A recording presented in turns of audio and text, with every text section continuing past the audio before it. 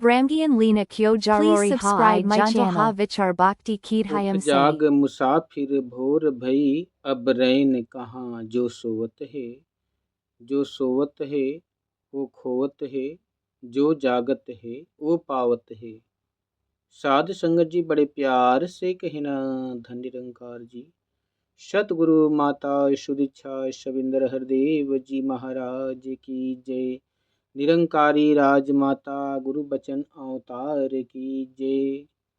साध संगत जी, बात यहाँ पे ज्ञान से रिलेटिव हो रही है कि ब्रह्म ज्ञान ही क्यों जरूरी है, निरंकारी ज्ञान ही क्यों जरूरी है, इसमें क्या और ज्ञान में इस ज्ञान में क्या फर्क है। साध संगत जी, ब्रह्म का ज्ञान मतलब होता है ब्रह्म मने भगवान, अज्ञान मने जानकारी। तो भगवान की जानकारी, अगर परमात्मा को जान गए हैं, देख लिए हैं, तो समझ लिए आपको ब्रह्म ज्ञान हो चुका है। और परमात्मा को देखा नहीं है तो तमाम ऐसे अगर ज्ञान आप लिए हैं, गुरु किए हैं, तो समझ लिए आपको ब्रह्म ज्ञान नहीं मिला। फिर तो और भी ज्ञान कहा जा सकता है, बहुत सारे ज्ञान हैं। तो ब्रह्म ज्ञान सारे ज्ञानों से ऊपर माना जाता है। यह देवी देवताओं को भी दुर्लभ है, और दुर्लभ ये तन भी है जो आपको मिला है सहज रूप में, कि बड़े भाग्य मानुष तन पावा, सुर दुर्लभ सदगंथन गावा। साधन धाम मोक्ष कर द्वारा, जो पावहीं परलोक सवार। साधन के रूप में जो तन मिला है मानव का, ये बहुत ही मूल्यवान है। अगर इसको विशेष रूप से इसकी जानकारी किया जाए तो परमात्मा की सबसे श्रेष्ठ कला है बनाई हुई इस ब्रह्मांड में मानव तन, जिसे केवल इसलिए बनाया परमात्मा कि इंसान अपनी आत्मा को इसी रूप में, इसी साधन के, शरीर के साधन का सहारा लेके जन्म जन्मांतर के पापों को धो डालता है। अगर इंसान यहाँ चूक कर जाता है तो फिर से 84 लाख योनियों का भ्रमण इस आत्मा को करना पड़ता है, जिसमें तमाम कष्ट, संकट, अंधकार, अज्ञान, ठोकर, दुख, संताप, बहुत सारी परेशानियाँ झेलना पड़ेगा। बड़े कांटों से झेलता हुआ ये जीव आत्मा इस मुकाम तक पहुँचा है। अनुमान लगाया जा सकता है कि आप अपने इर्द गिर्द चारों तरफ रोज़मर्रा की ज़िंदगी देखिए, कितने जीव छोटे से चींटी से लेकर हाथी तक, चींटी से भी छोटे जो शुक्राणु विषाणु होते हैं, जो आँखों से सहज रूप में दिखाई नहीं देते, उनसे लेकर और बड़े से बड़ा हाथी शेर तक भी सारे जीवों को देखिए, इंसान को भी शामिल कर लीजिए, तो देखिए कितना कष्ट है ज़िंदगी में। कहीं भूख है, कहीं तड़प है, कहीं प्यास है, कहीं लड़ाई है, कहीं दंगे हैं, कहीं झगड़े हैं, हर जगह दुख ही दुख है। तो ये संसार लगता है कि दुख का एक पुतला बना हुआ है। तभी तो कहा गया है कि माया दुख की बेलरी, गुरु अमृत की खान, शीश दिए जो गुरु मिले तो भी सस्ता जान।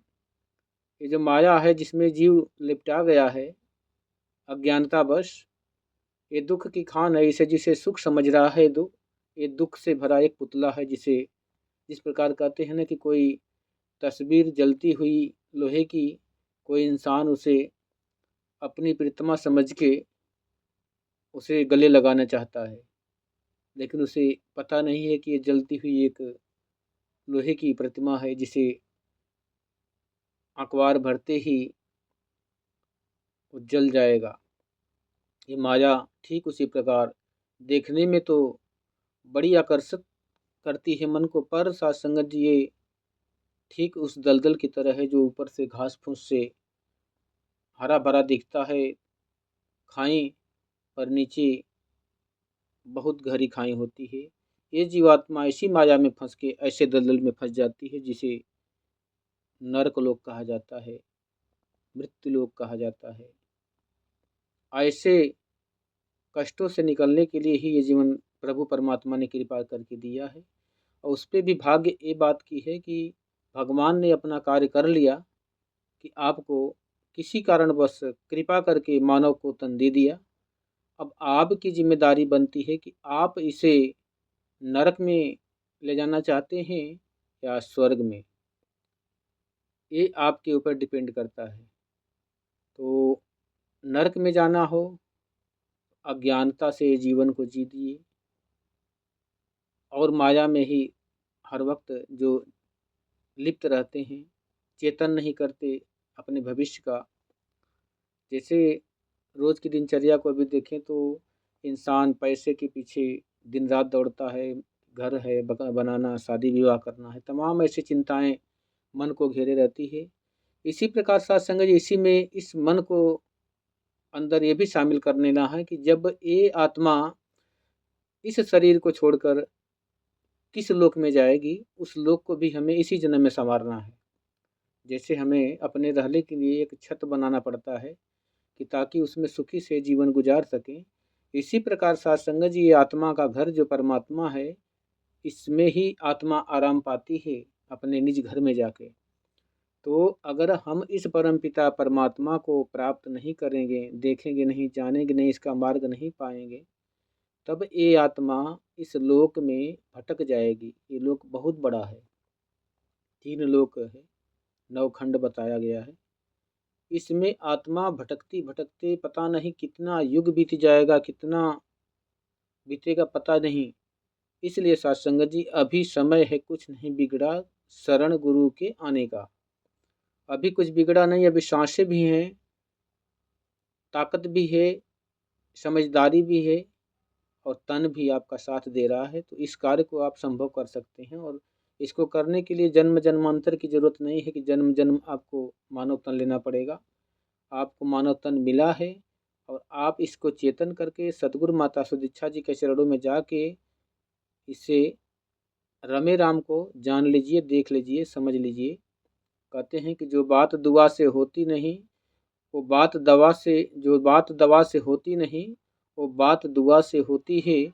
जब काबिल मुर्शद मिलता है तो बात खुदा से होती है। देखने के बाद परमात्मा से बातें होती है। परमात्मा से हर वक्त आप अपने विषय में बातें कर सकते हैं, जैसे कोई प्रीतमा अपने पति से बात करती है। ऐसे सत्संग जी प्रभु परमात्मा को पाना जरूरी है, क्योंकि ये आत्मा का पति है परमात्मा। और जब तक पति और पत्नी मिलते नहीं, जीवन का सुख नहीं मिलता। उसी प्रकार सत्संग जी आत्मा जब तक अपने निज पति परमात्मा को प्राप्त नहीं करेगी, ये सुखी कभी नहीं हो सकती। इसलिए सत्संग जी हमें इस काम को, इस कार्य को करते हुए, सारे कार्य को करते हुए इस काम को भी साथ में कर लेना है। इसके लिए किसी विशेष समय का, विशेष युग का, विशेष किसी धन का आशा नहीं करना है कि हमारे पास ज़्यादा दौलत हो जाएगी तो हम भगवान को प्राप्त करेंगे, ज़्यादा उम्र बीत जाएगी बुढ़ापे में करेंगे, ऐसी कोई बात नहीं सत्संग जी।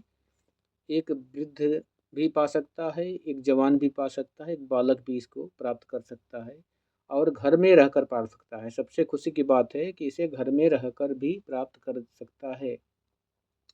इसको पाने के लिए किसी जंगल झाड़ी, किसी विशेष कपड़े बदलना नहीं, ना ही किसी धर्म परिवर्तन करना है, इसमें कुछ नहीं। बस अपने मन के भाव को परिवर्तित करना है कि जो भाव हम